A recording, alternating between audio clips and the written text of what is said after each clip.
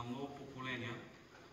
И преди да се случи така, че групата, която в Сирия вече съвсем да не може да се събере да изсвири отново, преди да се случат така нещата, аз пък си бях запланувал да я научим. Да, поздрав към всички вас. Вие сега ще си я познаете.